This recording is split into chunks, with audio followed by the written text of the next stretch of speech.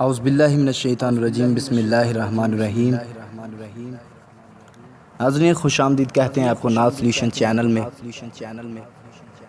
اور تمام ان دوستوں کا شکریہ ادا کرتے ہیں جنہوں نے اس چینل کو سبسکرائب کیا ہوا ہے۔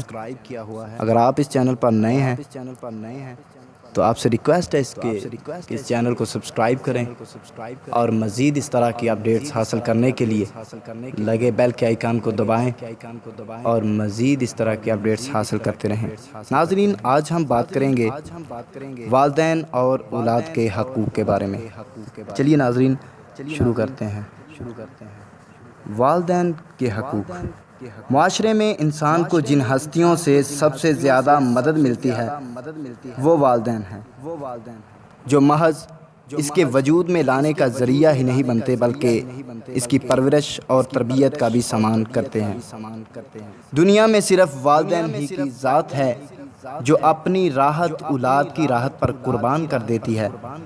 ان کی شفقت اولاد کے لیے رحمت باری کا وہ سائبان ثابت ہوتی ہے جو انہیں مشکلات زمانہ کی دھوپ سے بچا کر پروان چڑھاتی ہے۔ انسانیت کا وجود خدا کے بعد والدین ہی کا امر ہونے منت ہے۔ اس لیے اللہ تعالیٰ نے قرآن کریم میں متعدد مقام پر اپنے بعد انہی کا حق ادا کرنے کی تلقین فرمائی ہے۔ حضور اکرم صلی اللہ علیہ وآلہ وسلم نے ارشاد فرمایا کہ والدین کا نافرمان فرد جنت کی خوشبو سے بھی محروم رہے گا۔ نبی کریم صلی اللہ علیہ وآلہ وسلم نے بوڑھے والدین کی خدمت پر بہت زور دیا ہے، کیونکہ وہ اپنی زندگی کی صلاحیتیں اور توانائیاں اولاد پر صرف کر چکے ہوتے ہیں۔ اس لیے اولاد کا فرض ہے کہ ان کے بڑھاپے کا سہارا بن کر احسان شناسی کا ثبوت دے۔ ایک بار آپ صلی اللہ علیہ وآلہ وسلم نے صحابہ کرام رضی اللہ تعالیٰ عنہ کی محفل میں ارشاد فرمایا، ذلیل و خوار ہوا، ذلیل و خوار ہوا، ذلیل و خوار ہوا۔ صحابہ کرام رضی اللہ تعالیٰ عنہ نے دریافت کیا، یا رسول اللہ، کون؟ آپ صلی اللہ علیہ وآلہ وسلم نے ارشاد فرمایا، وہ جس نے اپنے ماں باپ کو یا ان میں سے کسی ایک کو بڑھاپے کی حالت میں پایا پھر ان کی خدمت کر کے جنت حاصل نہ کر لی۔ ناظرین، اب ہم اولاد کے حقوق کے بارے میں بات کرتے ہیں۔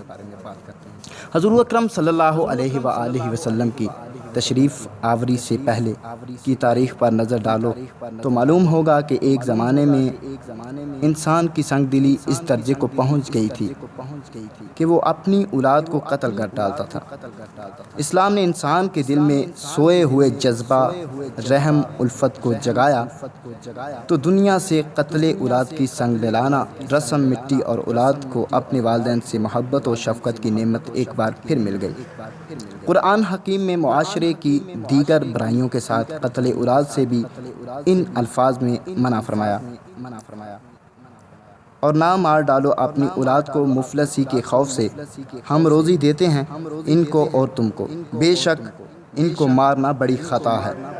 ایک صحابی رضی اللہ تعالیٰ عنہ نے نبی کریم صلی اللہ علیہ وآلہ وسلم سے دریافت کیا کہ یا رسول اللہ، سب سے بڑا گناہ کون سا ہے؟ آپ صلی اللہ علیہ وآلہ وسلم نے ارشاد فرمایا، شرک۔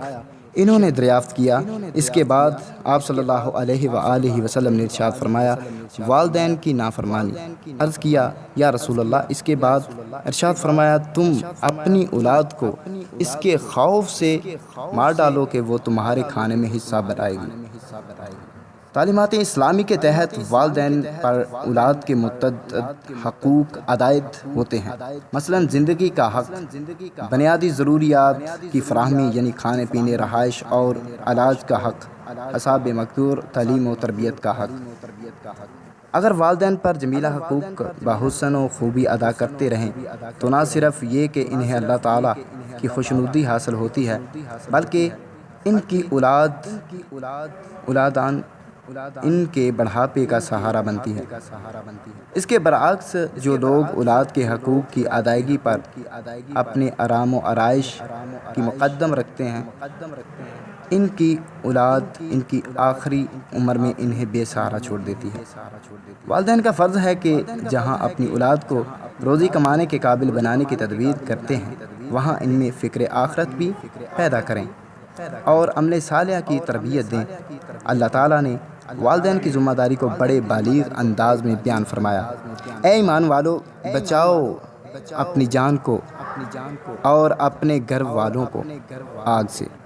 بلا شبہ اگر والدین خدا اور رسول صلی اللہ علیہ وآلہ وسلم کے حکم کے مطابق اپنی اولاد کے حقوق بطریق احسن ادا کریں اور اسے نیکی کی راہ پر لگائیں، تو نہ صرف یہ کہ وہ دنیا میں ان کی راحت کا سامان بنے گی، بلکہ آخرت میں بھی ان کی بخشش کا ذریعہ بنے گی۔